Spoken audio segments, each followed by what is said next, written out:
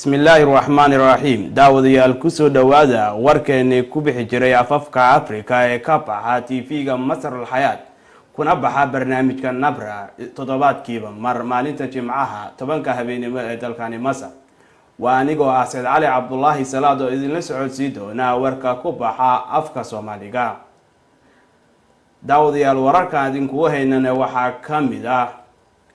xulka kubadda gacanta dalkani Masar oo ka guuleystay xulka kubadda cagta dalkaasi Tunisia dawladda Soomaaliya oo u dejinayso istiraatiijiyad biyaha Soomaaliya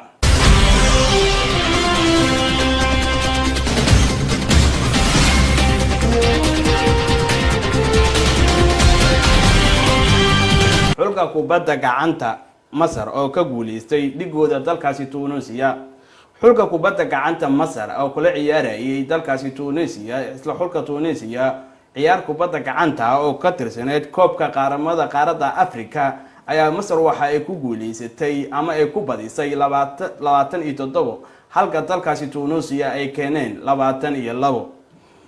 tan ayaa Masar uga dhigan in ay ka qayb gali doonaan inay markoodii toddobaad ay ku guuleystaan koobkani iyada oo isla markaana ka qayb gali doonto ciyaaraha Olombikada 2020 ka dhici doono dalkaasi Tokyo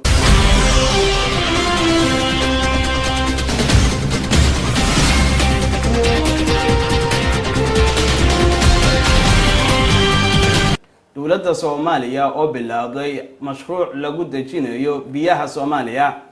xafiiska ra'iisul wasaaraha iyo hay'ado dawli ah iyo kuwa aan dawli ahayn ayaa bilaabay dejinta qorshe lagu ilaalinayo biyaha Soomaaliya waxa uu qorshuhu yahay in mashruucani muddo 5 sano ah gudahood lagu ku hirgalo iyada oo laga faa'iideysanayo kheyraadka iyo kaabayaasha biyaha ee ay leedahay Soomaaliya arintani ayaa waxa la doonayaa in looga gaashaanto biyo la'aanta iyo abaaraha ku soo noqday dalka Soomaaliya iyo waliba fatahaadaha taasi oo sabab u noqotay isbeddelka cimilada ee adduunka daawadayaal waa anigoo ah Said Ali Abdullahi Salaad idin la socodsiinayay warkii ku baxayay afka Soomaaliga kuna baxayay barnaamijka Nabra ee TV-ga Masar al-Hayat tan iyo intaan ku kulmi doono isbuuca soo socdo waxaan inkaga tagaynaa sidaas iyo nabadgelyo